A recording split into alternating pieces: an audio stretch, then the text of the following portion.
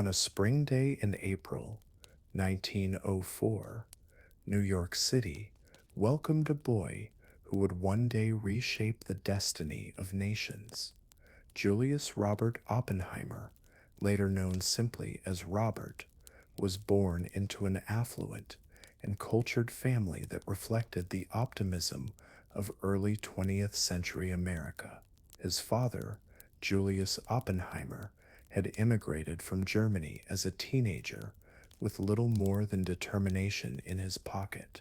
Through hard work in the textile import business, he rose to prosperity, becoming a wealthy fabric merchant. Robert's mother, Ella Friedman, came from a well-educated family in Baltimore and pursued a passion for painting. Their union combined practicality with refinement, business acumen with artistic sensibility, and it was in this environment that young Robert began life. The Oppenheimers lived in a luxurious apartment on Riverside Drive, overlooking the Hudson River. Their home reflected their wealth and taste, walls adorned with masterpieces by Van Gogh, Cézanne, and Picasso, shelves filled with literature, and rooms filled with music and lively discussion. Visitors to their household often remarked on its atmosphere of cultured elegance, a place where ideas were valued as much as possessions. This world gave Robert an unusually rich upbringing, one that blended intellectual stimulation with material comfort. Although Robert grew up surrounded by privilege, his personality stood in sharp contrast to the bustling, extroverted city around him. He was a quiet and introspective child, painfully shy and often awkward in social situations. While other boys his age roughhoused in the streets, Robert preferred books, minerals, and solitary exploration. He once wrote to a family friend that he felt more comfortable in the company of ideas than of people. He attended the Ethical Culture School, a progressive institution with a mission to educate children in both academics and morality, emphasizing social responsibility alongside intellectual achievement. Here, Robert thrived. Teachers quickly recognized his remarkable intellect, describing him as a boy who stood head and shoulders above the rest. He excelled not only in science, but also in literature, art, and languages. By the age of 12, he was reading Greek and Latin classics, composing poetry, and studying chemistry at a level that would intimidate older students. Yet brilliance came with burdens. Robert's precocious mind set him apart, making it difficult to form friendships. His awkward manner and fragile health, he suffered from bouts of illness and anxiety, contributed to a sense of isolation. He often immersed himself in writing letters or conducting small experiments at home, channeling his loneliness into intellectual pursuits. One of his earliest obsessions was with geology and mineralogy. His interest began after he discovered unusual rocks during a family summer trip. Soon he was cataloging minerals, writing essays on geological formations, and even corresponding with scientists at the New York Mineralogical Club. So precocious was his work that the society invited him, a teenager, to deliver a lecture to its members, seasoned geologists, astonished by the confidence and depth of knowledge of the boy standing before them. This passion for science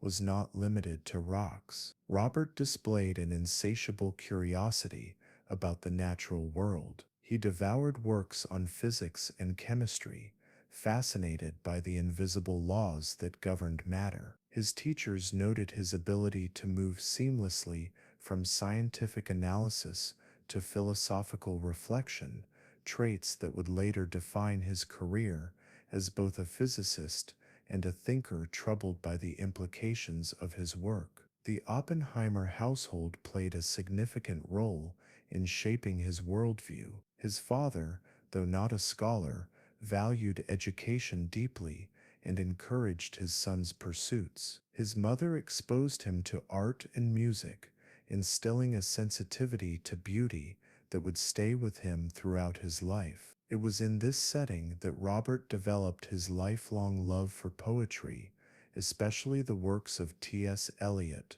Baudelaire, and the Bhagavad Gita, texts that later provided him language to grapple with moral dilemmas surrounding nuclear weapons. Despite this nurturing environment, Robert's relationship with his peers remained strained. His brilliance could be intimidating, and his social awkwardness sometimes made him appear aloof or arrogant. Yet beneath this exterior was a boy longing for connection, struggling to balance the weight of expectations with his desire to simply belong. By the time Robert reached his late teens, he had already established himself as a prodigy. He had mastered multiple languages, read widely across disciplines, and begun to dream of a future in the sciences. Friends and mentors alike sensed that he was destined for greatness, though none could have foreseen the scale of the role he would play in history. By the time Robert Oppenheimer entered his late teens, it was clear that he was destined to pursue an intellectual life, though the precise path had not yet been set. His early fascination with rocks and minerals had shown both his curiosity and his persistence, but it was his exposure to the wider world of science and philosophy that began to shape him into the physicist he would become. His school years left him with a reputation as a student of rare brilliance, though not one without flaws. Teachers admired his capacity to understand and synthesize complex ideas, but they also noticed his tendency toward aloofness, his difficulty in forming easy bonds with others. He seemed to live inside his mind, more comfortable with books and equations than with people. After finishing at the Ethical Culture School in 1921, he entered Harvard University. At Harvard, Robert's intellect bloomed with remarkable speed. He was not a narrow student.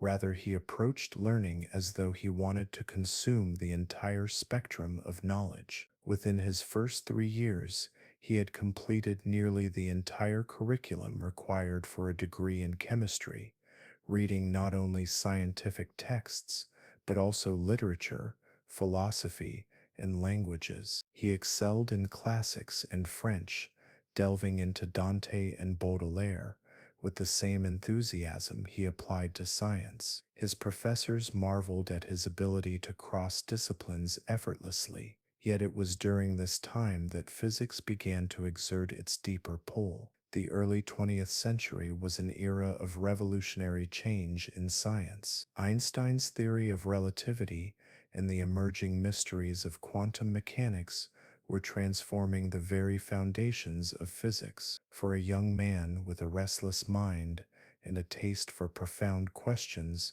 these new ideas were irresistible. Robert began shifting his focus from chemistry to theoretical physics, drawn to the idea of uncovering the hidden structures of the universe. He spent long hours in the library, immersing himself in the works of great European physicists. His Harvard years were also marked by a tension between brilliance and fragility. Oppenheimer worked with an intensity that left little room for rest, sometimes neglecting his health in his pursuit of knowledge. Friends later recalled that he seemed to live in a constant state of mental strain, as though the act of thinking itself consumed him entirely. His correspondence during this period reveals flashes of melancholy and self-doubt, moments when his ambition collided with his insecurity. Still, the sheer force of his intellect carried him forward. In 1925, after graduating from Harvard with highest honors, he set his sights on further study abroad. Europe was then the center of theoretical physics, and if Oppenheimer wished to be at the forefront of his field, he would need to go there. He enrolled at the University of Cambridge, hoping to work under J.J. Thomson, the discoverer of the electron. Cambridge, however, proved to be a difficult experience. The program was experimental and laboratory focused, requiring skills of precision that Robert did not naturally possess. His mind was brilliant, but not his hands. He found himself clumsy in the laboratory, frustrated by the minutiae of experimental work. The mismatch between his talents and the demands of the program weighed on him heavily. It was also in Cambridge that Oppenheimer's inner struggles came to the surface in more troubling ways. Isolated from family and friends, living in a foreign country where he felt like an outsider, he experienced bouts of depression and anxiety. Stories circulated later of his darker moments, episodes of self-destructive behavior, intense emotional swings, and even incidents that alarmed those around him. These struggles revealed a vulnerability that would continue to mark his life, a reminder that beneath his brilliance lay a fragile and conflicted soul. Despite these difficulties, Cambridge was not without its benefits. Robert was introduced to leading physicists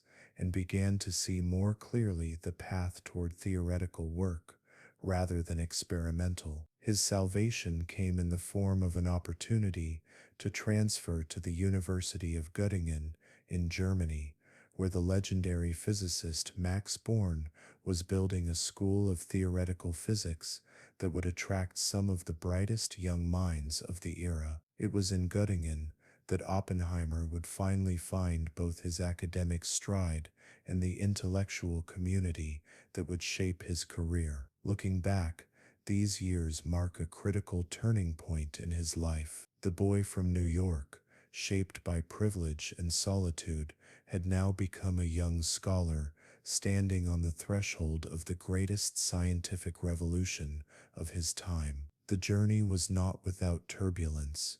His loneliness, his awkwardness, and his mental struggles weighed heavily, but it was during this period that Oppenheimer truly began to discover physics, not as a school subject, but as a calling that would define his place in history. In 1926, Robert Oppenheimer left behind the frustrations of Cambridge for the promise of Göttingen, Germany, where the theoretical physicist Max Born had established a new center of learning that attracted some of the most brilliant young minds in Europe. Göttingen was at the heart of a scientific revolution.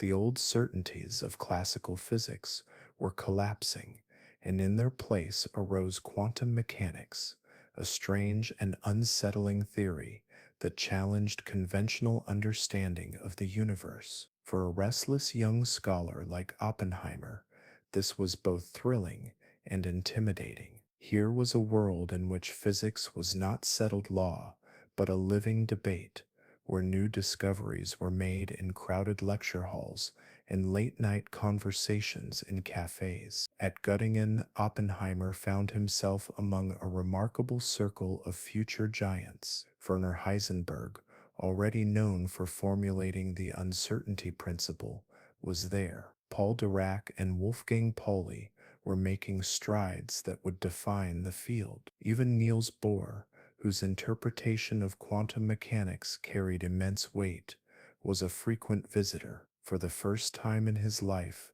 Oppenheimer was surrounded not only by professors, but by peers who shared his brilliance, his intensity, and his passion for theory. Unlike in Cambridge, where his clumsiness in the laboratory had left him feeling inadequate, here he was in his element. Ideas were the currency, not experimental skill, and in this arena Robert could thrive. Under Max Born's mentorship, Oppenheimer quickly distinguished himself. He published a series of papers on quantum theory that gained recognition for their originality and insight. He developed what became known as the Born-Oppenheimer approximation, a critical concept in quantum chemistry that allowed scientists to simplify the complex interactions between electrons and nuclei in molecules. This work established him as a serious figure in the field, no longer a student but a contributor to the growing body of knowledge that was reshaping physics. Born himself praised Oppenheimer's brilliance, though he also noted his impatience and tendency toward arrogance. Robert had a sharp intellect and a sharper tongue, sometimes offending colleagues with his cutting remarks. Yet despite this, he gained respect for the depth of his thinking and the force of his personality. Oppenheimer's time in Europe was not limited to the lecture hall. He absorbed the intellectual culture of the continent with the same voracious appetite he had shown at Harvard. He read widely in philosophy and literature, debated with fellow students late into the night, and traveled to meet other physicists across Germany and beyond. He was drawn particularly to the philosophical questions that surrounded the new physics. Quantum mechanics, with its paradoxes and probabilities, seemed to demand not just calculation, but interpretation, and Oppenheimer reveled in the challenge. It suited his tendency to move between the scientific and the poetic, to see physics not only as mathematics, but as a way of grappling with the mysteries of existence. Yet Europe also exposed his inner contradictions more starkly. Oppenheimer was brilliant, but he was also restless, prone to sudden shifts of mood. His colleagues sometimes found him charming, other times intolerable. He struggled with relationships, alternately intense and aloof, and there were periods when his behavior disturbed those around him. Stories circulated of his impulsiveness, his outbursts of temper, and his difficulty in finding balance. Even at the height of intellectual excitement, he carried within him an undercurrent of unease, a shadow that never left him entirely. In 1927, Oppenheimer completed his doctorate under Born, submitting a thesis that further established his reputation as a gifted theoretical physicist. He was only 23 years old. Few could have predicted, watching the tall, slender young man defend his ideas in Göttingen, that this was the same shy boy who once cataloged minerals in New York. He had crossed an ocean, mastered one of the most difficult subjects in human thought, and carved his name into the new science of the 20th century. When he returned briefly to America, Oppenheimer brought with him not only academic prestige, but also the aura of European sophistication. He had studied with the best, debated with the greatest, and left his mark on the field of quantum mechanics. His path forward now seemed clear. He would be a theoretical physicist of the first rank, a scholar whose life would be dedicated to unraveling the mysteries of nature. Yet destiny had other plans. For the moment, Robert Oppenheimer was still just a young physicist, brilliant and ambitious, setting out on what promised to be an extraordinary career. But the discoveries he had touched in Europe, the knowledge he carried back across the Atlantic, would in time be bound to forces far larger than himself. The boy from New York was now a man of science, but the shadow of history was already lengthening, waiting for him to step into it. When Robert Oppenheimer returned from Europe in the late 1920s, he was no longer the uncertain student who had struggled in the laboratories of Cambridge. He was now a young man of reputation, with a doctorate earned under Max Born and a handful of published papers that placed him at the forefront of theoretical physics. His return to the United States marked the beginning of a new chapter, one in which he would not only continue his research, but also begin shaping the next generation of physicists. At the time, theoretical physics in America was still a relatively undeveloped field. While Europe buzzed with groundbreaking ideas, many American institutions lagged behind, more comfortable with experimental and applied sciences. Oppenheimer, however, brought with him the fresh spirit of Göttingen, the daring intellectual culture of quantum mechanics, and a belief that America could and should rise to match Europe in theoretical work. He accepted teaching positions at both the University of California, Berkeley, and the California Institute of Technology in Pasadena. The arrangement was unusual, but it suited his restless nature and his growing reputation. He would spend part of the year at Berkeley, the other at Caltech, moving between the two like a comet passing through separate orbits. In California, Oppenheimer quickly earned the admiration of his students. He was not an easy teacher.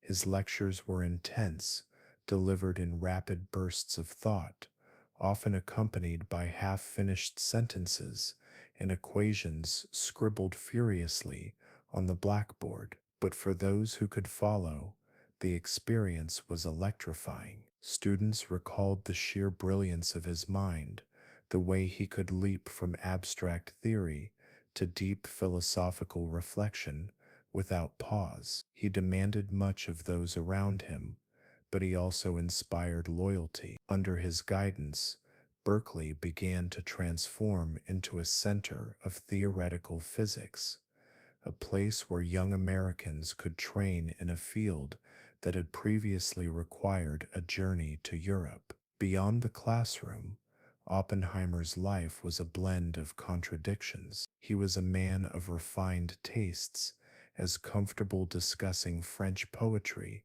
or Sanskrit philosophy as he was debating the latest findings in physics. He was known to recite verses from Baudelaire or quote the Bhagavad Gita with ease, weaving literature into conversations about science. This breadth of culture set him apart from many of his colleagues, who saw him as both brilliant and enigmatic. Yet for all his sophistication, he remained socially awkward, often struggling in personal relationships, prone to intensity one moment and aloofness the next. It was during these years that Oppenheimer began to gather around him a circle of young scientists who would one day form the backbone of his greatest work. Students and colleagues were drawn to him not only for his intellect, but for his charisma, that peculiar mix of sharp brilliance and restless energy. He was capable of inspiring extraordinary devotion,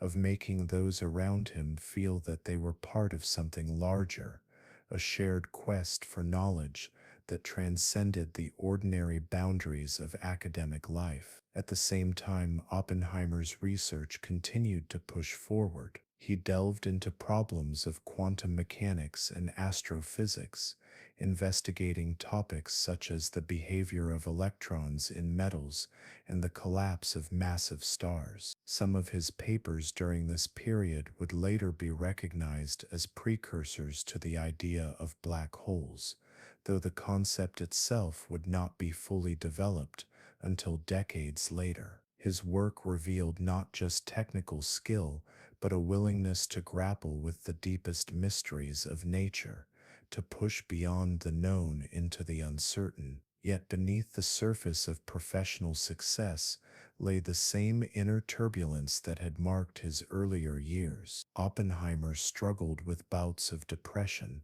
with feelings of inadequacy that contrasted sharply with his public image as a rising star. He pursued relationships but often sabotaged them through his intensity or aloofness. His health was fragile, strained by long hours of work and periods of emotional instability. Friends worried about his well-being, though few doubted his brilliance. By the early 1930s, Oppenheimer had established himself as one of America's leading theoretical physicists. He was still young, still restless, but his influence was already spreading. Berkeley, once a quiet academic outpost, had become a hub of intellectual activity, thanks in large part to his presence. Caltech, too, benefited from his energy as he collaborated with experimentalists and theoreticians alike. He was no longer just a student of physics.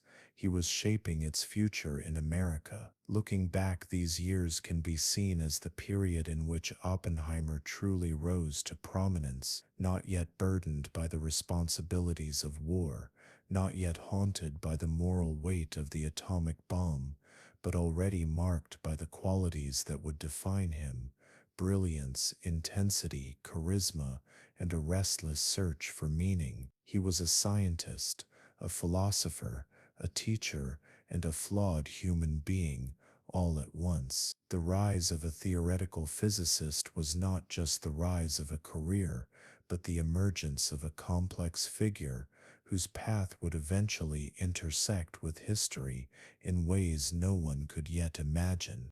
By the early 1930s, Robert Oppenheimer had become a name known in physics circles, admired for his restless curiosity and his ability to connect far-reaching ideas across multiple disciplines. He was not the kind of scientist who confined himself to one corner of theory. Instead, he thrived in the wide expanse of questions that defined the early 20th century.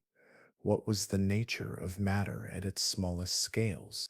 How did the behavior of subatomic particles connect to the structure of stars burning billions of miles away? To his colleagues, he seemed to embody the very spirit of modern physics, a bridge between the infinitely small and the infinitely vast. Oppenheimer's work touched on some of the most fundamental problems of the time. In quantum mechanics, he probed the behavior of electrons and developed a deeper understanding of how particles moved and interacted under extreme conditions. His mathematical elegance impressed even the most seasoned theorists, though his papers were often dense and difficult to read. He was not a scientist who cared about clarity for outsiders.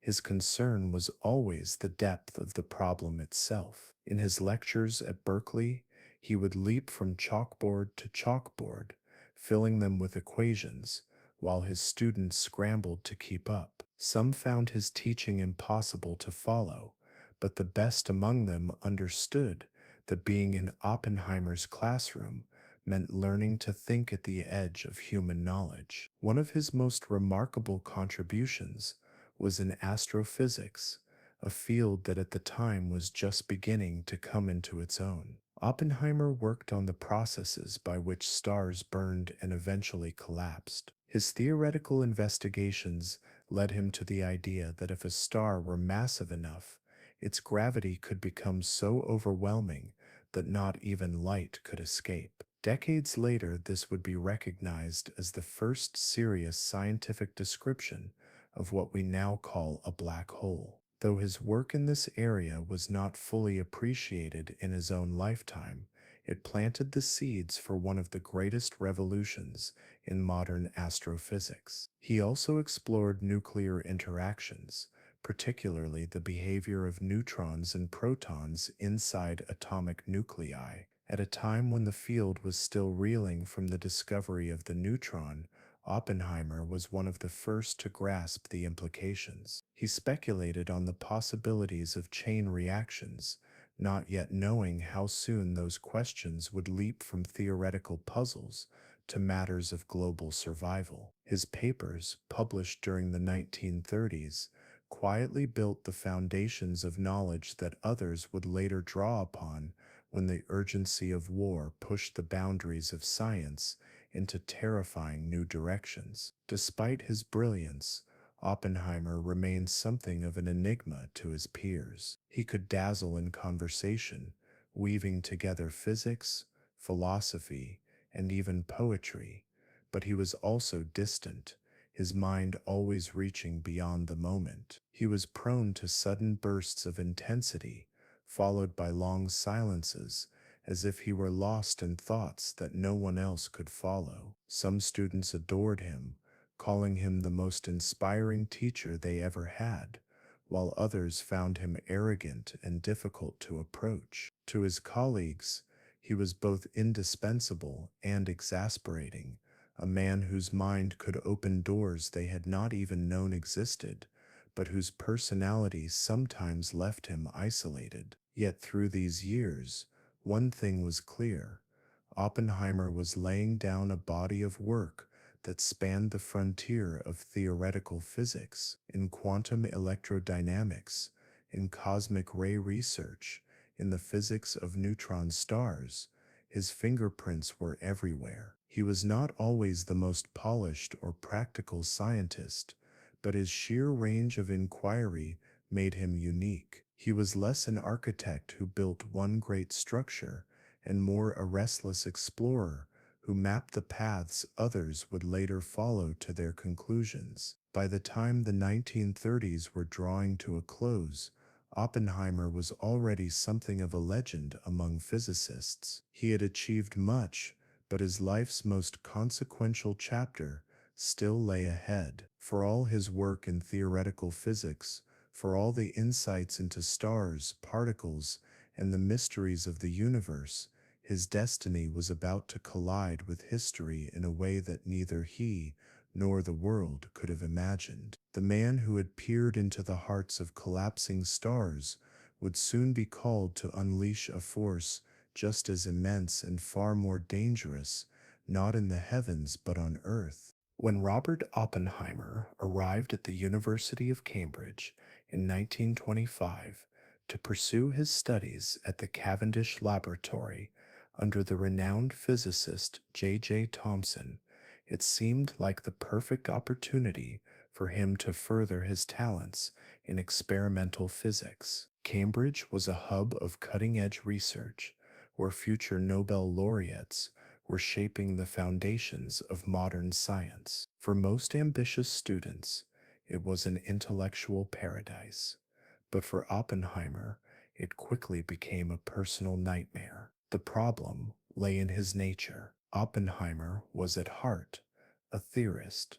He had a dazzling mind for abstract reasoning, a gift for pulling patterns out of complexity, and an almost poetic sensitivity to the mysteries of the universe. But experimental work, tinkering with instruments, handling delicate equipment, conducting repetitive and precise tests, was his weakness. He lacked patience and clumsily mishandled the apparatus, often breaking equipment or misreading results. His frustration mounted as his peers seemed to thrive where he stumbled. This academic struggle collided with his fragile emotional state. Oppenheimer's confidence crumbled, and what had once been a bright spark of intellectual energy began to darken into despair. He was isolated, far from the cultural comforts of New York and the intellectual camaraderie he had enjoyed at Harvard.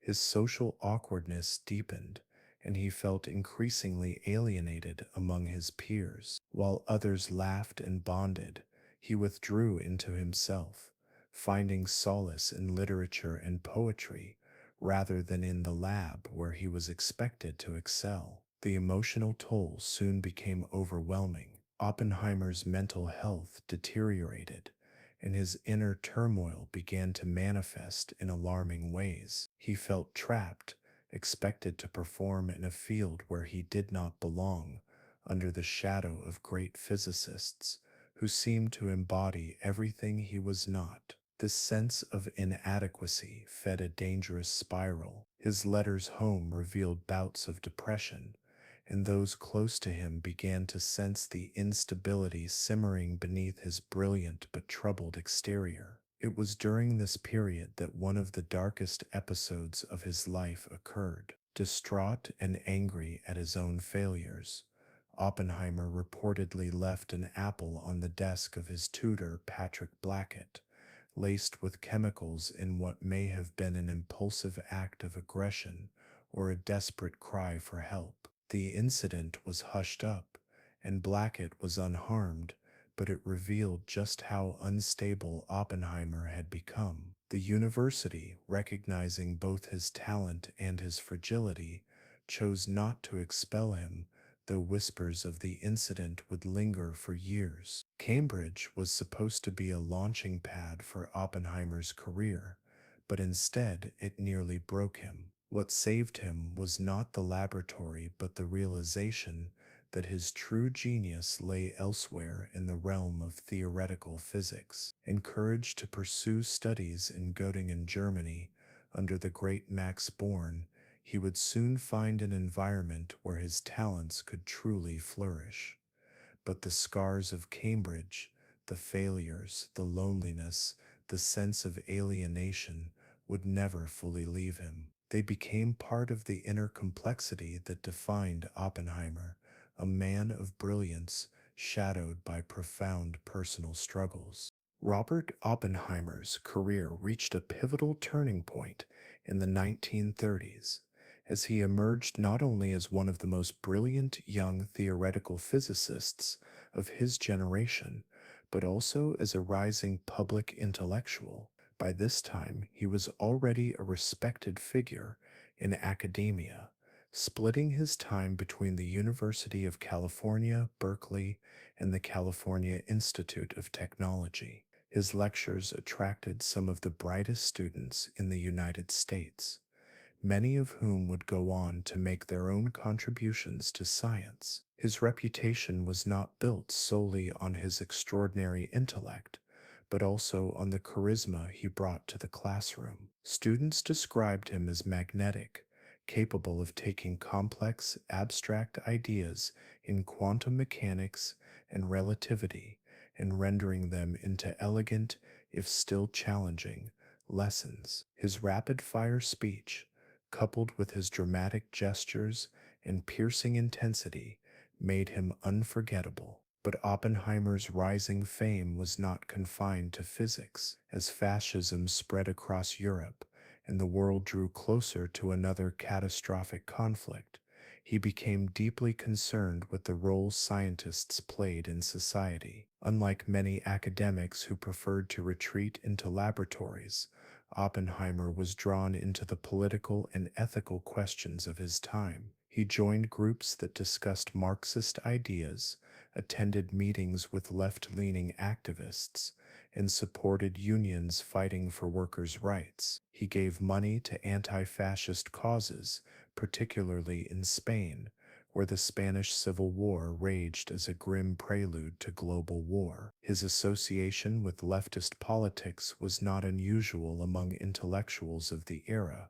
but for Oppenheimer, it marked the beginning of a complicated relationship with political ideology, one that would later haunt him. At the same time, his scientific career was blossoming. He produced significant papers on quantum field theory, cosmic rays, and astrophysics, including groundbreaking work on what would later be understood as black holes. He collaborated with top physicists around the world and helped establish the United States as a hub for advanced theoretical research. In the 1930s, Europe, particularly Germany, had long been the center of scientific innovation. But as Hitler rose to power and Jewish scientists fled the Nazi regime, Oppenheimer and his colleagues in America took on a new responsibility to nurture displaced talent and ensure that the United States could rival Europe in scientific discovery.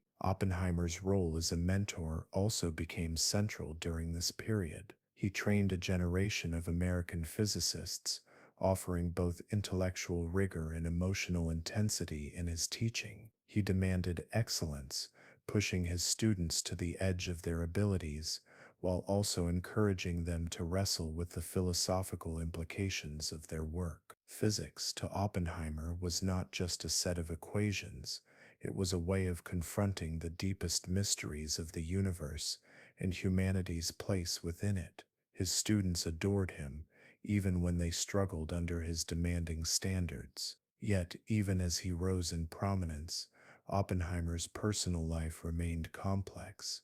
His emotional instability, intense moods, and strained romantic relationships often threatened to overshadow his achievements.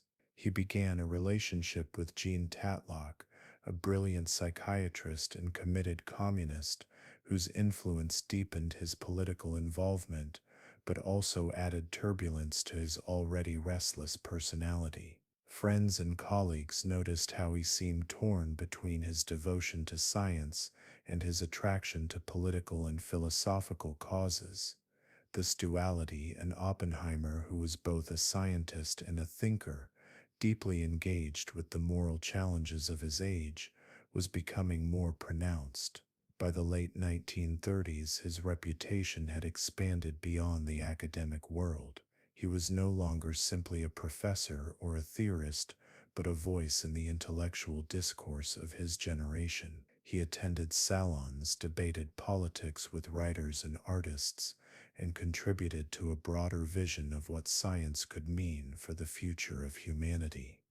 He was respected not only for his brilliance, but also for his sense of urgency. He seemed to anticipate, perhaps before many others, that the forces of history were converging toward a moment when science, politics, and war would collide, and when the choices made by scientists would alter the destiny of nations. Oppenheimer's time at Göttingen in 1926 was transformative, marking the true beginning of his rise as a theoretical physicist. Germany at this time was the center of quantum mechanics, and Göttingen, under Max Born, was its beating heart. The quantum revolution was unfolding at breathtaking speed, with new papers and discoveries appearing almost every month. Into this charged environment walked the young, brilliant, and ambitious American student, eager to prove himself among the best minds of his generation. Robert was quickly immersed in a whirlwind of lectures, seminars, and discussions. He was surrounded by fellow students who would later become giants of physics: Werner Heisenberg, Wolfgang Pauli, Paul Dirac, Pascual Jordan. The atmosphere was electric. Debates over the uncertainty principle, wave-particle duality, and the mathematics of the atom were not confined to lecture halls, but spilled into cafes, gardens, and late-night walks through the streets of Göttingen. For the first time, Oppenheimer was among true intellectual equals, and it both challenged and inspired him. Max Born recognized Oppenheimer's talent almost immediately. He admired his sharp, quick intellect, though he also noted Robert's tendency to rush through problems without always carefully checking the details. Born nevertheless valued him as a collaborator, and together they worked on important papers that contributed to the understanding of quantum theory. One of Oppenheimer's key works from this period was on the Born-Oppenheimer approximation, a critical development in molecular quantum mechanics that remains foundational in physics and chemistry to this day. Oppenheimer's brilliance was matched by his intensity. He worked tirelessly, sometimes to the point of exhaustion, and threw himself into every discussion with a combination of passion and arrogance. His wide-ranging intellect was not limited to physics. He quoted poetry, debated philosophy, and was fascinated by languages, often astonishing his colleagues with his breadth of knowledge. Some admired him, while others found him pretentious and difficult to approach. Yet no one could deny his ability. Beyond his academic work, Robert also absorbed the European cultural and political atmosphere. The scars of the First World War were still visible, and Germany was in a fragile state, balancing between cultural flourishing and political instability. Oppenheimer, though not yet deeply political, observed these tensions with curiosity. He was particularly drawn to the intellectual and artistic vibrancy of Europe. He attended concerts, read widely, and engaged in discussions that went far beyond science. By the time he completed his doctorate in 1927, at the age of just 23, Oppenheimer had firmly established himself as a rising star in theoretical physics. He had published significant work, built connections with leading physicists, and proven that he could hold his own in the most advanced scientific circles of the era. Yet his experience in Göttingen was not only about academic achievement, it was also about transformation. The shy, awkward boy from New York had now grown into a confident, though still complicated, man. He had glimpsed the heights of intellectual achievement and realized that he had a place among the world's great scientific minds. This period also hinted at the contradictions that would define his life: an extraordinary intellect paired with personal restlessness, a deep commitment to knowledge, but also a yearning for meaning beyond equations. Göttingen gave Oppenheimer not only the foundation of his scientific career, but also the spark of a broader, lifelong quest to reconcile the beauty of human thought with the complex, often troubling realities of the world it sought to understand. By the early 1940s, the world had plunged into a war unlike any before, and the consequences of scientific discovery had become terrifyingly immediate. Oppenheimer, now in his mid-30s, found himself at the intersection of intellect, responsibility, and moral uncertainty. The rise of fascism in Europe, the relentless expansion of Nazi Germany, and the ongoing persecution of Jews had transformed theoretical discussions into matters of life and death. Scientists across the globe began to grapple with the practical implications of nuclear physics. Could the splitting of the atom, a phenomenon so abstract and elegant in the lecture hall, become the ultimate weapon of mass destruction? Oppenheimer's mind was restless, and he was drawn back to the United States after years of teaching and research in Europe. He accepted a position at the University of California, Berkeley, where his reputation as a brilliant and sometimes enigmatic theorist was already well established. Students flocked to his lectures, fascinated by his ability to weave complex ideas into narratives that felt almost literary. Colleagues admired his insight and precision, even as they found him difficult and unpredictable. His intellectual charisma was matched by a certain intensity in his personal life, romantic entanglements,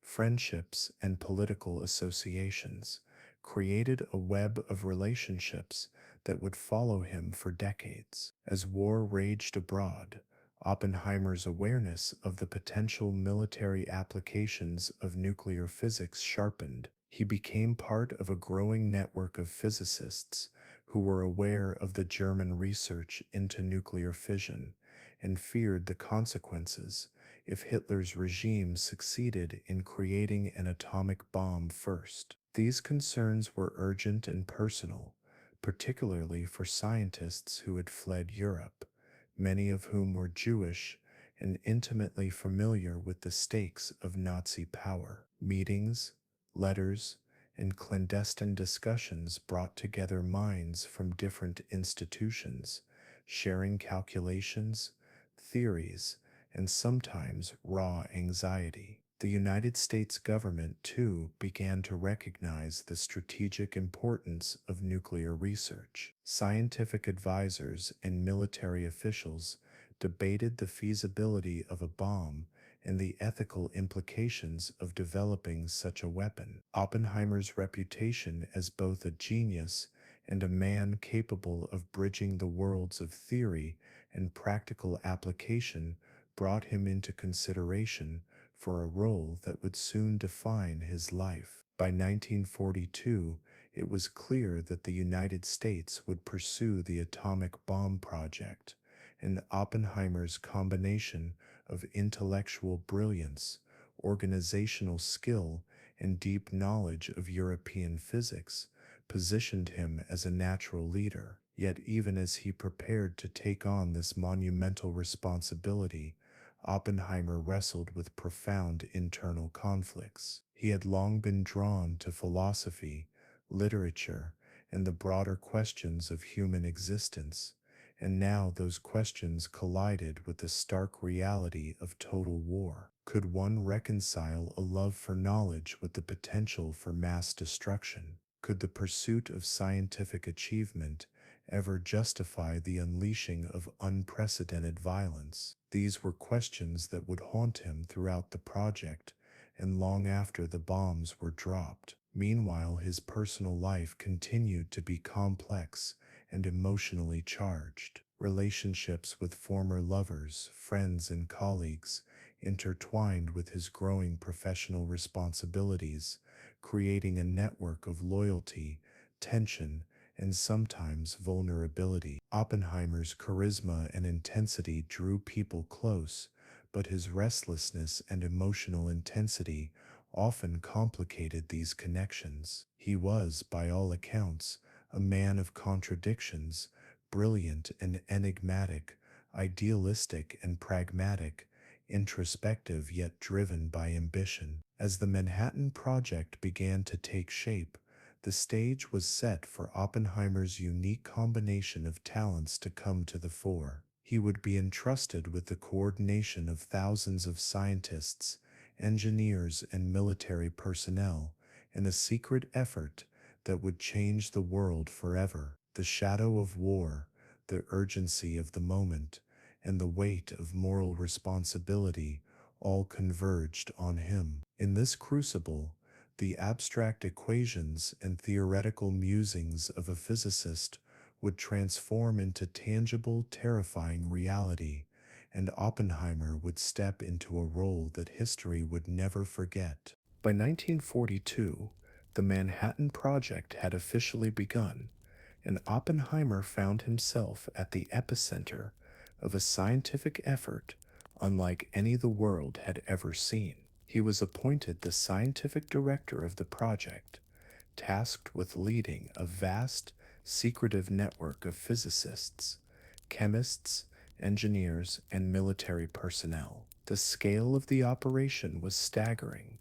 Laboratories spread across the United States, thousands of people working in isolated sites, and resources pouring in at a speed that reflected the urgency of global war. Yet for Oppenheimer, the challenge was not only logistical, it was existential. He would have to translate abstract theory into practical reality while grappling with the moral and philosophical implications of creating a weapon of unimaginable power. The primary site chosen for the project was Los Alamos, a remote area in New Mexico, selected for its isolation and security. Oppenheimer moved quickly to assemble a team of the nation's top scientists, many of whom were already luminaries in their fields. Figures like Enrico Fermi, Hans Bethe, and Richard Feynman joined the project, each bringing unparalleled expertise,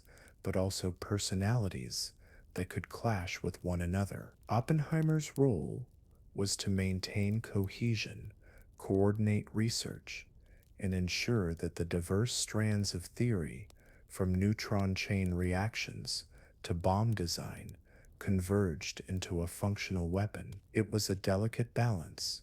He needed to inspire brilliance while maintaining discipline, all under the constant pressure of secrecy and wartime urgency. Life at Los Alamos was intense and surreal. Scientists lived in barracks, working long hours, often under extreme stress, and the community developed its own microcosmic society. There was humor, camaraderie, and intellectual exhilaration, but also fear and tension. Every success brought the team closer to completing a bomb, yet each step raised new ethical dilemmas. Oppenheimer himself oscillated between exhilaration at scientific achievement and deep anxiety over the consequences. Theoretical discussions of chain reactions and critical masses became matters of life and death, and every calculation carried weight far beyond the lecture hall. Communication with the military added another layer of complexity. General Leslie Groves, the military director of the Manhattan Project, imposed strict security protocols, and demanded results with a relentless urgency. Oppenheimer had to navigate between the exacting precision of scientific inquiry and the strategic pressures of wartime command. The challenge was unprecedented. He had to ensure that brilliant minds could work freely while preventing mistakes that could cost lives or compromise the project's secrecy. Despite these pressures, moments of humanity and reflection persisted. Oppenheimer often walked through the high desert, thinking deeply about history, philosophy, and the fate of humankind. Conversations with colleagues were not limited to physics.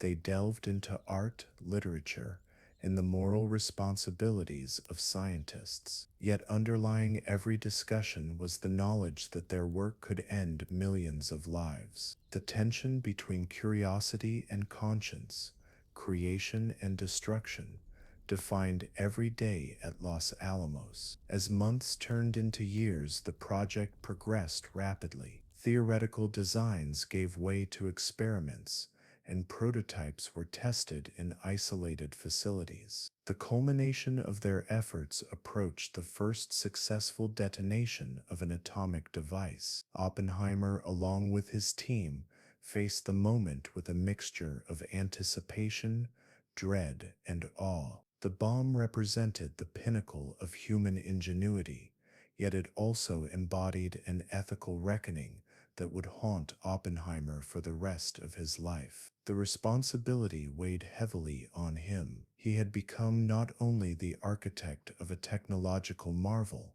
but also a guardian of its consequences. The success of the Manhattan Project would mark a turning point in history, but it also forced Oppenheimer to confront questions that no physicist had ever faced on such a scale. Could knowledge justify its own use? Could a scientist bear the burden of unleashing unprecedented destruction? The answers were uncertain, yet unavoidable.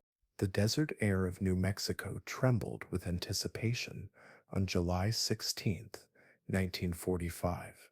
At the remote site of the Trinity test, Oppenheimer and his team stood on the threshold of history, poised to witness the first detonation of a nuclear weapon. Months of calculations, experiments, and sleepless nights had led to this moment, a mixture of scientific triumph and moral dread.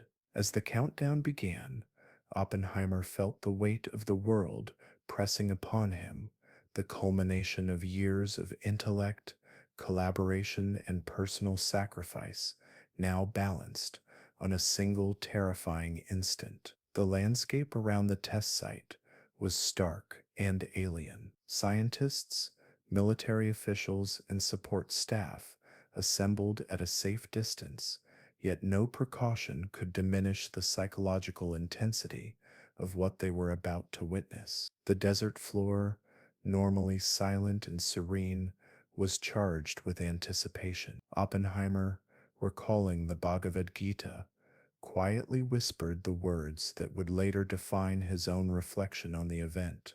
Now I am become death, the destroyer of worlds. The phrase encapsulated the duality of creation and annihilation that had haunted him throughout the project. At precisely 5:29 a.m., the device detonated.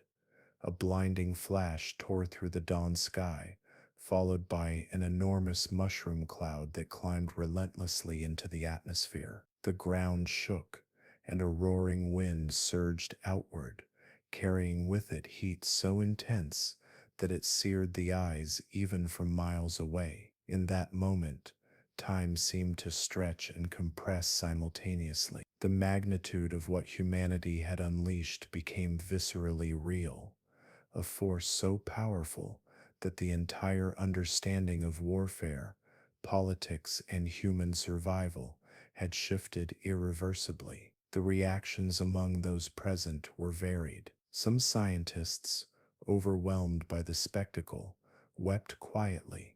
Others were momentarily paralyzed, struck dumb by the sheer scale of energy released. Oppenheimer felt a complex cocktail of exhilaration and horror. Years of abstract theory had manifested into undeniable reality, yet the consequences were terrifyingly clear. He was at once proud of the brilliance of his team and acutely aware of the moral abyss that the weapon now represented. News of the successful detonation traveled rapidly to Washington and the Allied command. The Manhattan Project had achieved its goal, a functional atomic bomb. The implications were immediate and staggering. Military planners debated strategies for deployment, weighing the potential to end the war against the catastrophic human cost. Oppenheimer, now intimately aware of the weapon's destructive power, struggled with conflicting emotions,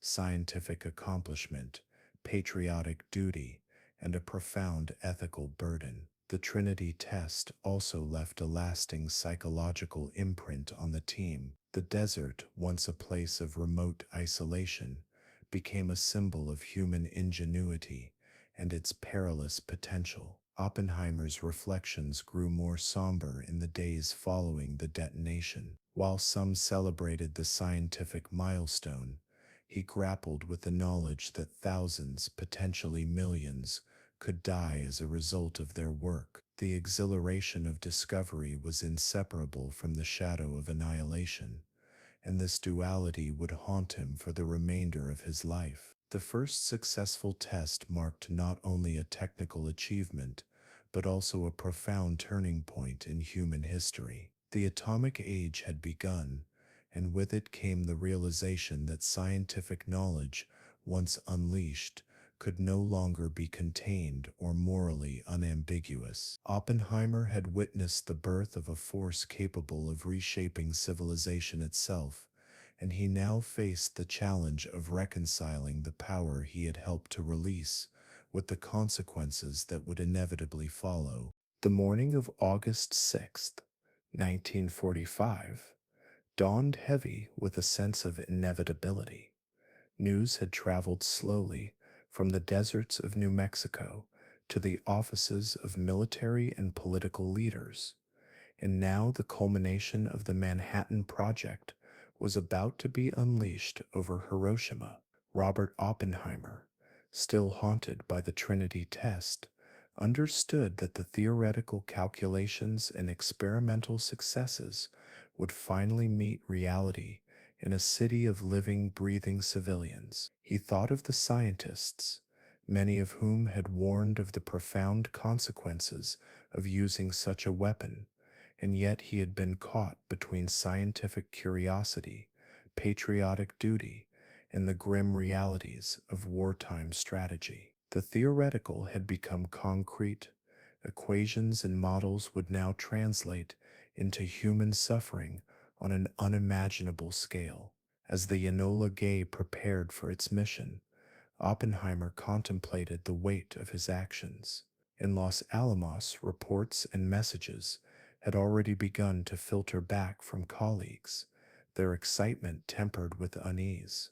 Even as the world's first deployed atomic bomb soared toward Japan, he wrestled privately with guilt and justification, reflecting on the difficult choice between ending the war quickly and the ethical implications of mass civilian casualties. He remembered the faces of colleagues, the long nights spent calculating implosion mechanisms, and the immense collaborative effort that had brought them to this turning point. The same intellect and determination that had allowed them to achieve the impossible now carried a moral burden heavier than any theoretical problem he had ever faced. The bomb fell over Hiroshima at 8:15 a.m., and the city was instantly transformed into a landscape of fire, shock, and chaos. From the control rooms in the United States to distant offices in Japan, the human impact was both immediate and horrifying. Oppenheimer read the initial reports with a mixture of fascination, horror, and numbness. Estimates of the death toll, initially uncertain eventually revealed tens of thousands of lives lost in a single, blinding moment. The destructive power of the bomb was exactly as calculated, yet the scale of devastation defied comprehension. Entire neighborhoods were erased, families destroyed, and a city reduced to ash within seconds. 3 days later, on August 9th, the bombing of Nagasaki compounded the horror. Oppenheimer, now fully aware of the reality his work had unleashed, could no longer separate scientific achievement from human cost. The moral complexity of his role intensified. He had helped create a force capable of ending a global conflict, but at a price that seemed almost unfathomable. Colleagues, military officials, and the public debated the necessity and justification for using atomic weapons, while Oppenheimer's own reflections grew darker. His pride in scientific accomplishment was tempered by a gnawing sense of responsibility for the suffering caused. In the aftermath, Oppenheimer's internal conflict deepened. He grappled with the duality of human ingenuity, the capacity for creation and understanding, alongside the potential for unprecedented destruction. Meetings with military and government leaders revealed a world eager to wield this new power strategically, while Oppenheimer recognized that the ethical consequences were not so easily contained. He became an outspoken advocate for caution and control, pushing for international dialogue and oversight even as the Cold War loomed on the horizon. The very weapon he had helped create had irrevocably altered geopolitics and the balance of power, forcing humanity to confront the reality of its own technological capabilities. The psychological toll was immense. Oppenheimer experienced waves of doubt, anxiety, and guilt, struggling with the question of whether scientific pursuit could ever justify such destruction. He pondered the intersection of morality and intellect, recognizing that genius without conscience could produce results both brilliant and catastrophic. The images of Hiroshima and Nagasaki, the accounts of survivors, and the silent weight of his colleagues' reactions stayed with him, shaping his thoughts and actions for the remainder of his life. This chapter of Oppenheimer's life was defined not only by scientific triumph, but also by moral reckoning. The atomic bomb had ended a war, yet it had inaugurated a new era of existential threat, forcing humanity to confront the consequences of its own innovation. Oppenheimer, at the center of it all, understood that the legacy of his work would be defined as much by the ethical dilemmas it created as by the scientific breakthroughs it represented. He became both a symbol of human achievement and a cautionary figure, reminding the world of the fragile boundary between knowledge and responsibility, creation and destruction. After the war ended, Robert Oppenheimer returned to a world profoundly changed by the weapon he had helped unleash.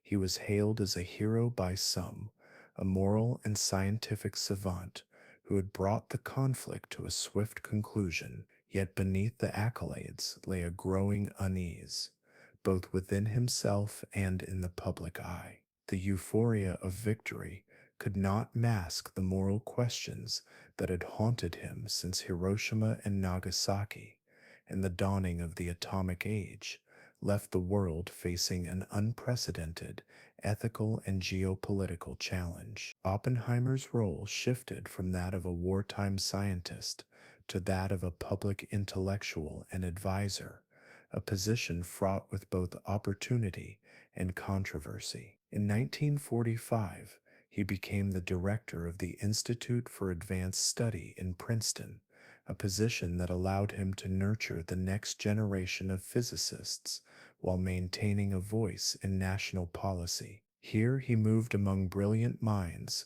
discussing theoretical physics, cosmology, and the philosophical questions surrounding science and humanity. He encouraged open discourse and intellectual curiosity, promoting collaboration and inquiry beyond the confines of immediate national interest. Yet even in the serene halls of Princeton, Oppenheimer could not escape the shadow of the bomb, nor the moral weight it carried. As the United States grappled with the post-war balance of power, Oppenheimer became increasingly involved in advising government officials on nuclear policy. He advocated for international control of atomic energy, warning that unregulated proliferation could lead to global catastrophe. His position placed him at odds with powerful figures within the military-industrial complex who favored secrecy,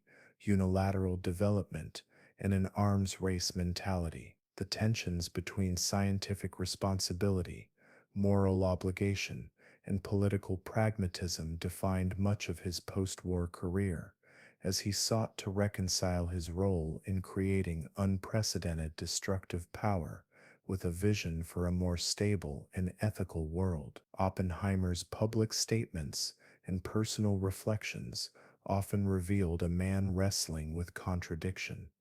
He spoke eloquently about the necessity of science for progress and the dangers inherent in wielding it without conscience. He warned of the terrifying capabilities now in human hands, urging policymakers to consider the ethical dimensions of technological advancement. Yet his own decisions during the Manhattan Project remained a source of internal conflict, a reminder that even genius guided by intent could produce both wonder and devastation. This period also saw the emergence of scrutiny and suspicion. As the Cold War intensified, fears of communist influence and divided loyalties permeated American politics. Oppenheimer's past associations with left-leaning intellectuals and his advocacy for caution in nuclear policy drew the attention of government authorities. Though he had served his country with distinction, his moral and ethical stances increasingly placed him under suspicion. By the early 1950s, his life became entangled in political controversy, culminating in hearings that would test both his legacy and the boundaries of public trust in science and governance. Oppenheimer's post-war years were thus marked by a complex interplay of acclaim and controversy. He remained a central figure in the scientific and political landscape,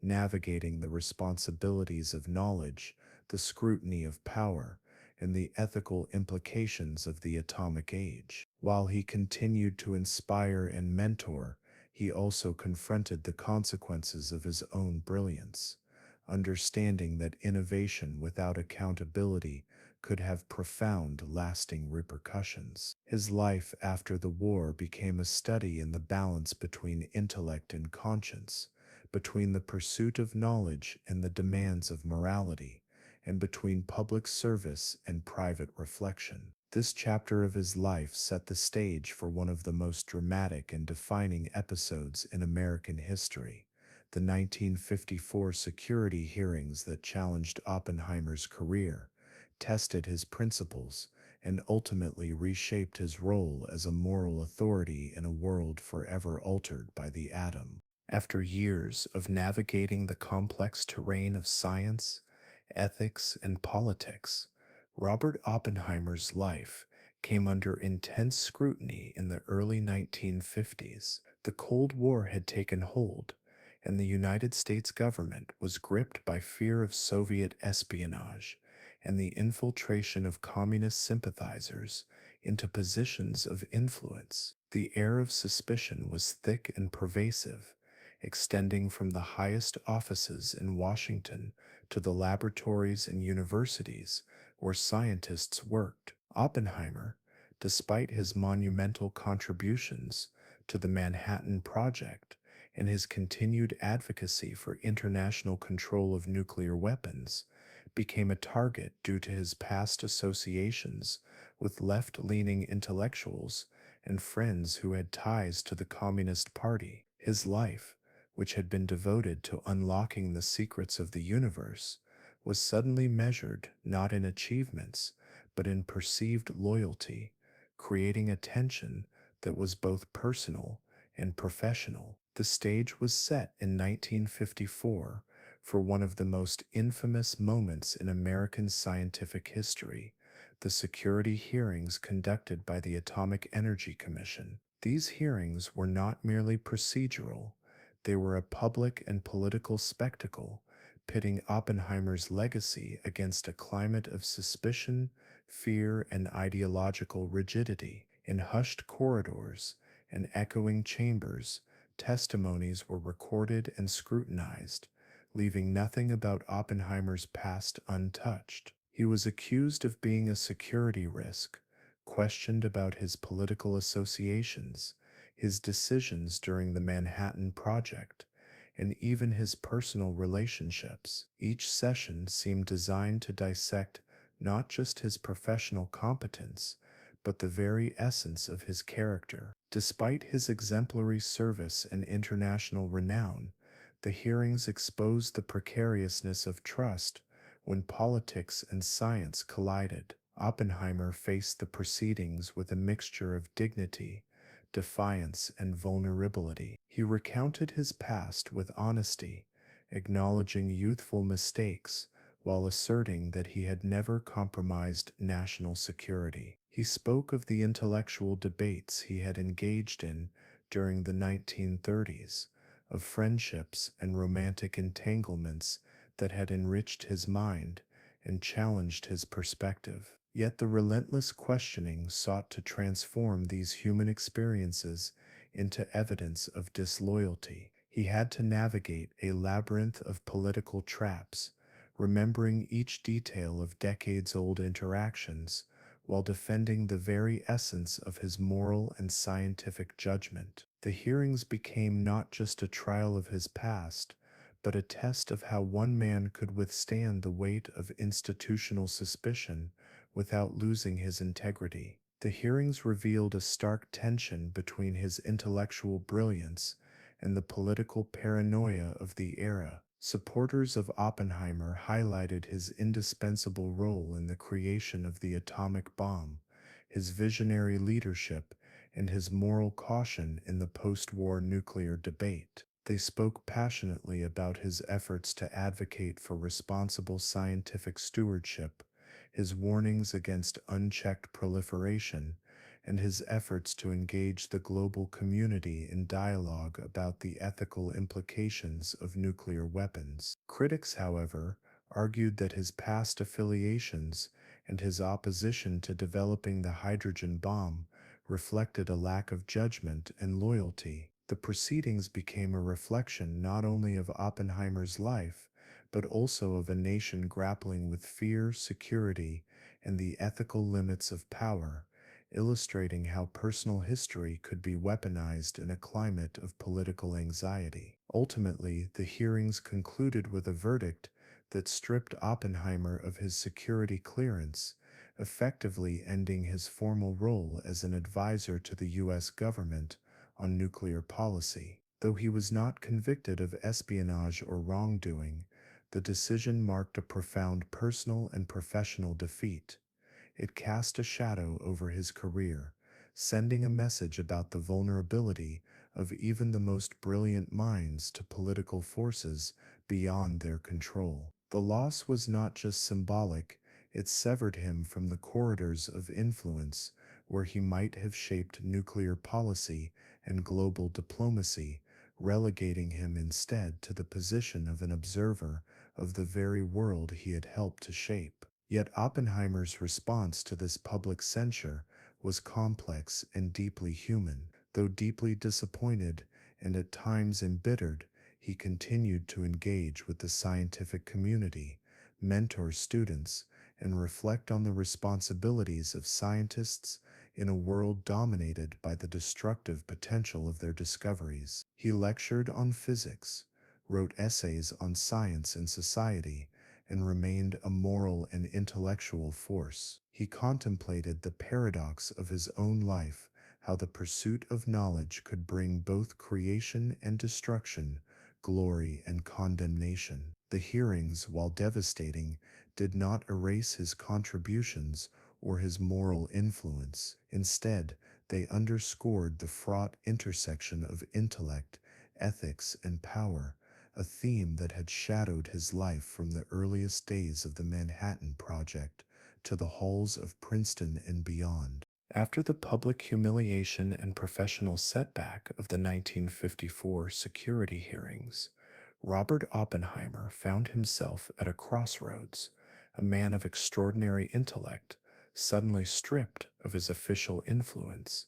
The world he had helped shape, the nuclear age, the post war balance of power, and the moral debates over atomic weapons now seemed both intimately familiar and frustratingly distant. No longer a government advisor, he redirected his energies toward academic and philosophical endeavors, seeking solace and purpose in the pursuit of knowledge for its own sake. At Princeton, and later through lectures and writings, he engaged with students and colleagues, sharing not only the technical intricacies of physics, but also the profound ethical questions that had haunted him since the Trinity test. These interactions became a new form of influence, quieter yet no less meaningful, as he sought to cultivate a generation of scientists who would be mindful of the consequences of their discoveries. During this period, Oppenheimer reflected deeply on the paradoxes of his own life. The same brilliance that had unlocked the potential for unimaginable destruction also positioned him to ponder the moral responsibilities of scientific inquiry. He wrote and spoke about the dual-edged nature of knowledge, cautioning that the pursuit of understanding could never be divorced from consideration of its impact on humanity. His lectures often transcended pure physics, exploring the philosophical and ethical implications of scientific progress. He wrestled with questions that had no easy answers. How does one balance national security with global responsibility? Can scientists ever fully account for the consequences of their work? These reflections revealed a man both humbled and sharpened by experience, someone who had touched the apogee of human achievement while also confronting its darkest ramifications. Oppenheimer's post-hearing years were also marked by an intensification of public intellectual engagement. Though he was no longer formally involved in policymaking, his opinions were sought by media, academics, and scientific societies. He used this platform cautiously, but with a deliberate moral clarity, advocating for international dialogue on nuclear weapons control and emphasizing the need for global cooperation to prevent catastrophic conflict. He became a symbol of the scientist as moral agent, demonstrating that influence need not come solely from official titles or governmental authority. His speeches and essays, tinged with the weight of personal experience, resonated with audiences aware of the fragile balance between innovation and destruction, providing both caution and inspiration. Amid these professional and intellectual pursuits, Oppenheimer also sought personal equilibrium. He returned in part to the quiet joys of life, walking in gardens, reading widely across literature and philosophy, and engaging in conversations that nourished the mind and spirit. His relationships with colleagues and former students deepened as he became both mentor and interlocutor, someone who could convey the lessons of history, ethics, and human fallibility with the authority of lived experience. He continued to reflect on the decisions he had made during the Manhattan Project, the moral compromises, the scientific exhilaration, and the unforeseen consequences, acknowledging both pride and regret. These years of reflection were not marked by bitterness alone, but by a profound desire to extract meaning from a life that had touched the extremes of human possibility. International recognition gradually followed, as the world acknowledged both his scientific genius and his moral contributions. Awards, honorary degrees, and invitations to speak abroad reminded him that his influence persisted beyond the narrow confines of politics and bureaucracy. Yet he remained ever conscious of the fragility of reputation and the dangers of complacency in a world increasingly dominated by technology capable of annihilation. He sought to convey to the next generation of scientists that intellectual achievement must be accompanied by ethical responsibility, that the exhilaration of discovery carries with it a duty to humanity that cannot be ignored. In the years following his partial exile from official government service, Oppenheimer increasingly turned his attention toward the global scientific community, seeking ways to engage with colleagues across borders and disciplines. He accepted positions that allowed him to influence the direction of scientific research and education without the constraints of politics. As director of the Institute for Advanced Study at Princeton, he nurtured an environment where inquiry could flourish unimpeded, attracting brilliant minds from around the world. The institute became a hub not only for theoretical physics, but also for philosophical discussions about the responsibilities of scientists in the atomic age. Oppenheimer encouraged collaborations that transcended national boundaries, believing that dialogue among scientists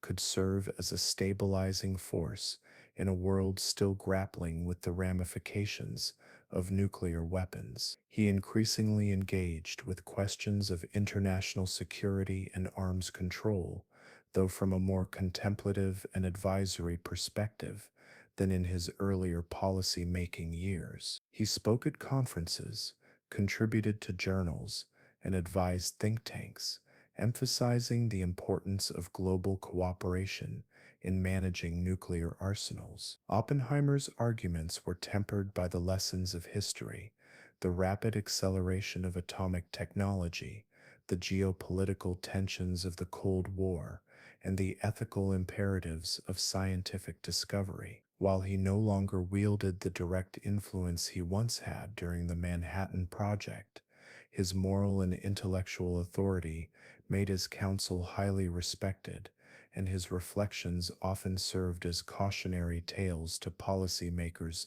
navigating a precarious world. Despite his stature, Oppenheimer remained deeply introspective. He contemplated the duality of human progress, the extraordinary achievements of science contrasted with its potential for destruction. He corresponded with philosophers, historians, and scientists, exploring questions that extended beyond physics, the nature of responsibility, the moral obligations of knowledge, and the limits of human foresight. These conversations revealed a man continually probing, unwilling to accept simple answers, yet committed to extracting lessons from his experiences. He frequently revisited his role in the development of the atomic bomb, acknowledging the ethical ambiguities and the personal compromises involved, and he urged future generations to confront these dilemmas with courage and humility. During this period, Oppenheimer also sought to engage with younger scientists and scholars, mentoring them not only in theoretical physics, but also in the broader implications of their work. He believed that cultivating an ethical consciousness alongside technical skill was essential, and he dedicated considerable effort to fostering this awareness in the next generation. His lectures often combined scientific rigor with moral reflection, blending equations and experiments with philosophical discourse. Students and colleagues alike came to respect not only his intellectual brilliance, but also the depth of his human insight, recognizing in him a guide for navigating the complex intersections of knowledge, responsibility, and society. While his professional life was increasingly defined by education and dialogue rather than direct policy involvement, Oppenheimer's reputation as a thinker of extraordinary moral and intellectual capacity continued to grow. He traveled abroad occasionally, engaging with international scholars and participating in discussions on science, technology, and global security. These engagements reinforced his belief in the essential role of collaboration and transparency in mitigating the risks posed by advanced scientific knowledge. Oppenheimer understood that while science could illuminate the world, it could also magnify its dangers, and he remained committed to ensuring that knowledge was wielded responsibly.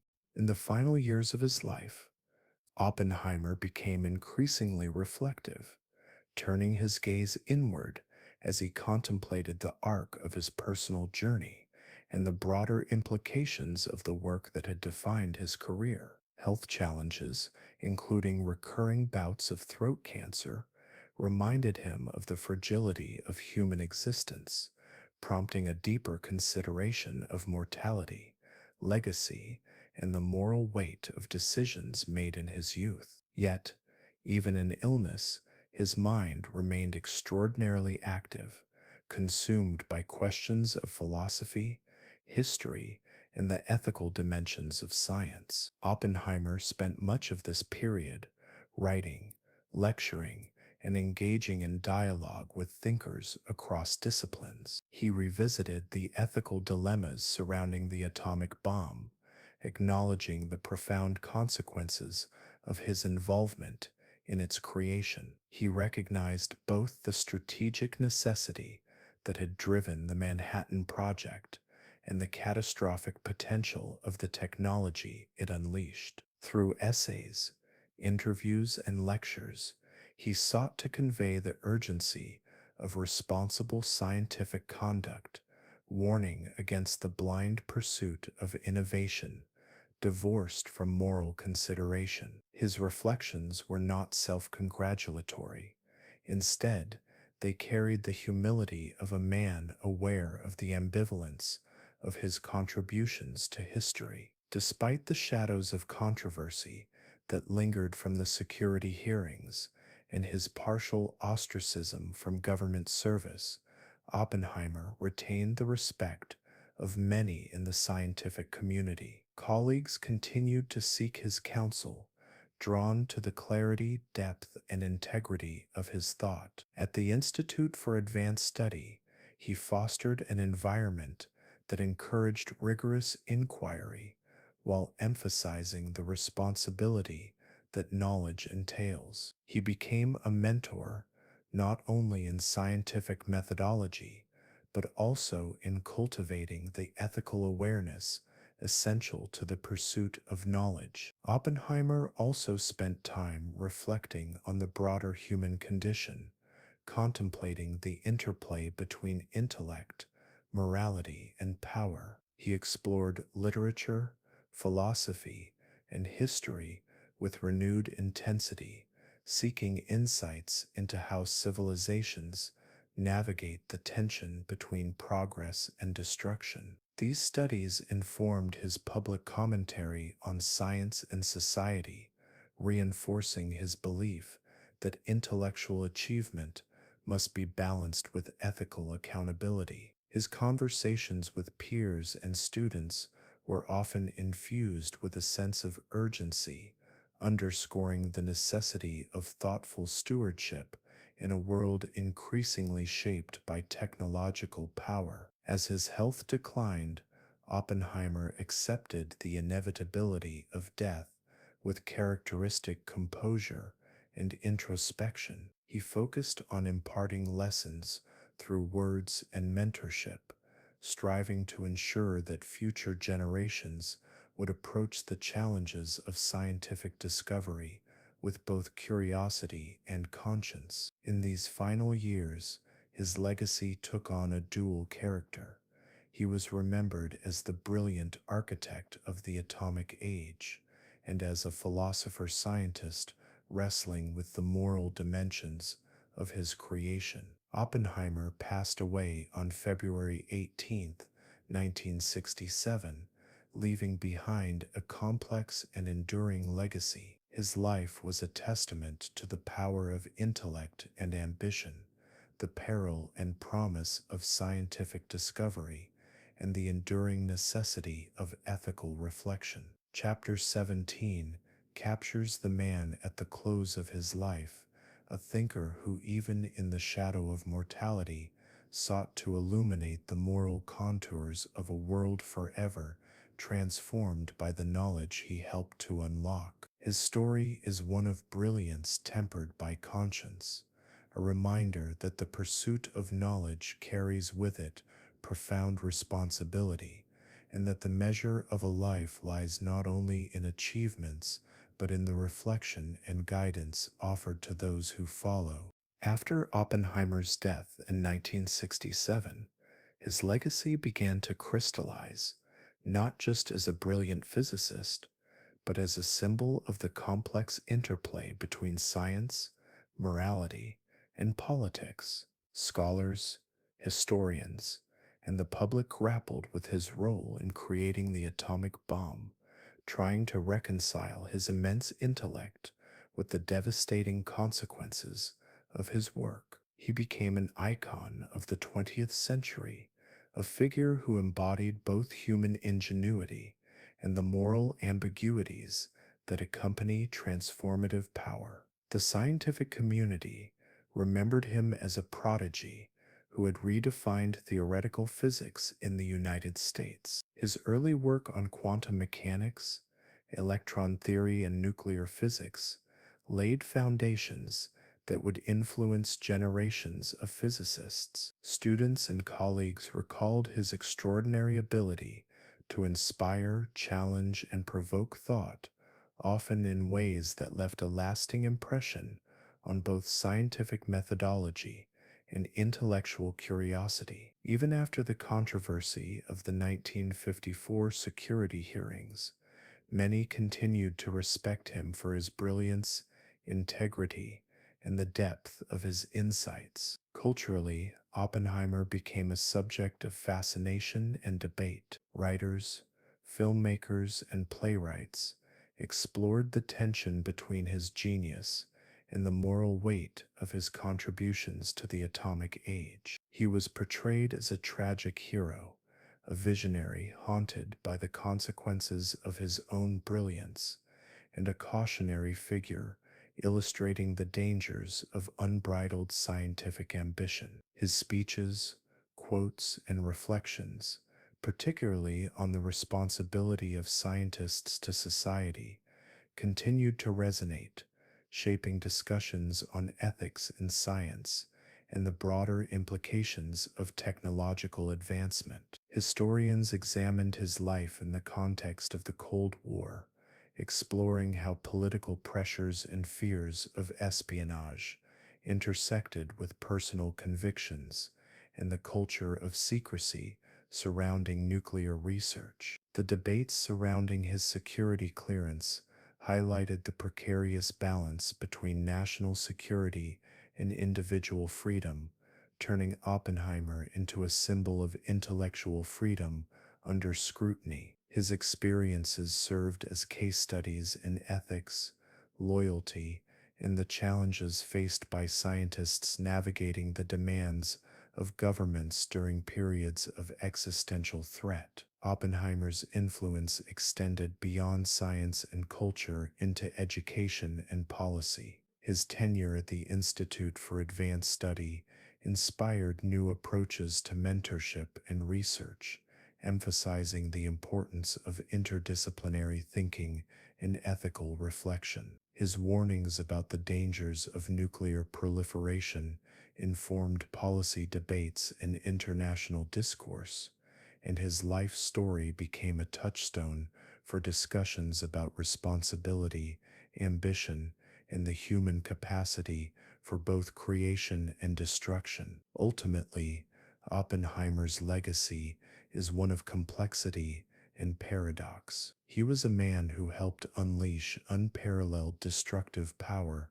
while striving to understand and mitigate its consequences. He was admired for his intellect, feared for his influence, criticized for his political associations, and revered for his moral introspection. His story remains a cautionary tale and a source of inspiration, a reminder that the pursuit of knowledge is inseparable from ethical responsibility and that the consequences of human ingenuity ripple far beyond the laboratory or battlefield. In the decades following his death, Oppenheimer's life has continued to provoke thought, debate, and artistic interpretation, ensuring that the questions he grappled with about science, morality, power, and the human condition remain as urgent and compelling as ever. Chapter 18 captures the enduring resonance of a life lived at the intersection of intellect and conscience, a life whose impact will continue to shape generations to come. The legacy of Oppenheimer stretches far beyond the confines of scientific laboratories or historical accounts of the Manhattan Project. His life has become a prism through which culture, ethics, and public imagination explore the interplay between intellect, ambition, and moral responsibility. Over the decades, countless filmmakers, authors, playwrights, and documentarians have revisited his story, each seeking to illuminate the man behind the monumental achievement and the ethical dilemmas that followed. He has become a symbol not only of scientific genius, but also of the profound consequences that come with wielding unprecedented power, a figure whose decisions continue to inspire debate, reflection, and reinterpretation across generations. In cinema and theater, Oppenheimer is often portrayed as a tragic figure whose brilliance is inseparable from the moral weight of his accomplishments. Filmmakers have dramatized his moments of intense doubt, his deep philosophical musings, and his enduring struggle with the implications of unleashing the atomic bomb. These portrayals emphasize the tension between intellectual curiosity and ethical responsibility, presenting him as a human being navigating extraordinary circumstances. The drama of his life resonates because it reflects universal themes: the pursuit of knowledge, the burden of leadership, and the often unavoidable consequences of groundbreaking decisions. Audiences are drawn into his inner world, witnessing not only the technical brilliance, but also the emotional and ethical turmoil that defined his existence. Literature and biographies have explored the complexities of Oppenheimer's personality in even greater depth. Scholars and writers examine the contradictions that characterized him: a visionary thinker who was politically entangled,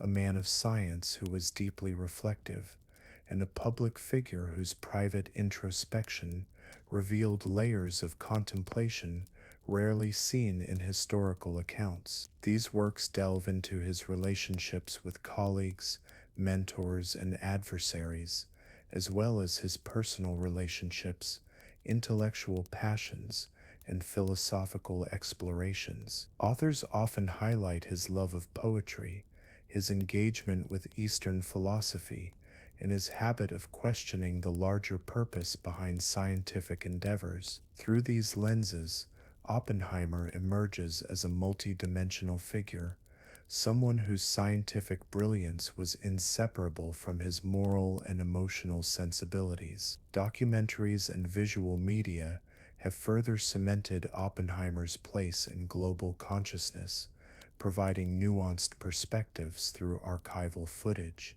interviews with contemporaries, and expert commentary. These narratives situate his life within the broader context of the mid-20th century, exploring the intersections of science, war, and politics. By presenting his story visually, Documentaries make the abstract consequences of scientific innovation tangible, highlighting the human element behind historic milestones. Viewers gain insight into both the technical challenges of the Manhattan Project and the social and political pressures that shaped his decisions, deepening the understanding of his life beyond the realm of laboratory achievement. Oppenheimer's influence continues to resonate in contemporary discussions about science, ethics, and technological responsibility. His story is frequently invoked in debates over nuclear policy, artificial intelligence, and the broader consequences of innovation. Ethical dilemmas that he faced, balancing national security, scientific curiosity, and moral accountability, remain remarkably relevant today, offering lessons on the responsibilities of innovators and the societal impact of technological progress. His life serves as a cautionary tale and a source of reflection, reminding modern audiences of the importance of foresight, deliberation, and moral courage in the pursuit of knowledge. Through portrayals in film, literature, and media, Oppenheimer has transcended his historical moment, becoming a cultural icon whose story encourages ongoing dialogue about the human dimensions of scientific discovery. He exemplifies the enduring tension between intellect and conscience, ambition and responsibility, achievement and consequence. Chapter 19 illustrates how the narrative of Oppenheimer continues to shape our understanding of science, morality, and the human condition, showing that the implications of his life extend far beyond his own era and into the ethical questions that will define generations to come. Oppenheimer's life, in all its brilliance and complexity, leaves a legacy that continues to challenge, inspire, and provoke reflection. From his early years in New York, where his intellectual curiosity and artistic sensibilities first emerged, to the intense pressures and ethical quandaries of the Manhattan Project, his story embodies the intricate balance between genius and responsibility. He navigated a world of immense scientific possibility, yet one fraught with moral dilemmas that tested the very limits of human conscience. The atomic bomb, a product of his leadership and vision, forever altered the course of history, demonstrating both the power of human ingenuity and the profound consequences that come with it. His post-war years reveal another dimension of his life, one of introspection, advocacy, and confrontation with political and ethical scrutiny. He wrestled with the implications of his work, speaking publicly on the dangers of nuclear proliferation and the responsibilities of scientists in society. While he faced criticism and even political censure, Oppenheimer remained a figure committed to the pursuit of knowledge tempered by conscience. He became a symbol not only of scientific achievement, but also of the enduring tension between intellectual ambition and moral accountability, demonstrating that true brilliance encompasses both skill and ethical awareness. Culturally, Oppenheimer has become an icon whose life story resonates across media and generations, from detailed biographies and scholarly analyses to dramatizations in film, theater, and television. His narrative continues to fascinate audiences worldwide. He represents the human struggle with the consequences of discovery, the weight of leadership, and the moral complexities inherent in shaping the course of history. His story encourages ongoing discussion about the ethical responsibilities of scientists, the impact of technology on society, and the ways in which individual choices ripple through time. The lessons of Oppenheimer's life extend far beyond the specifics of atomic science. They touch on universal themes: the pursuit of knowledge, the responsibilities of power, the consequences of innovation, and the importance of ethical reflection. He exemplifies how intellectual achievement carries with it profound moral and social responsibilities. His journey reminds us that history is shaped not only by discoveries and inventions, but also by the decisions, conscience, and courage of those who wield them. Oppenheimer's enduring influence reminds us to approach the future with both curiosity and caution, celebrating human ingenuity while remaining vigilant about the ethical and societal consequences of our actions. His life is a testament to the potential of human achievement and a warning of the responsibilities that come with it, encouraging generations to come to think critically, act wisely, and reflect deeply. To continue exploring the fascinating stories of history, subscribe to Learn History While Sleeping, turn on notifications to never miss a chapter, and immerse yourself in the past while resting your mind, gaining knowledge effortlessly with each story we share.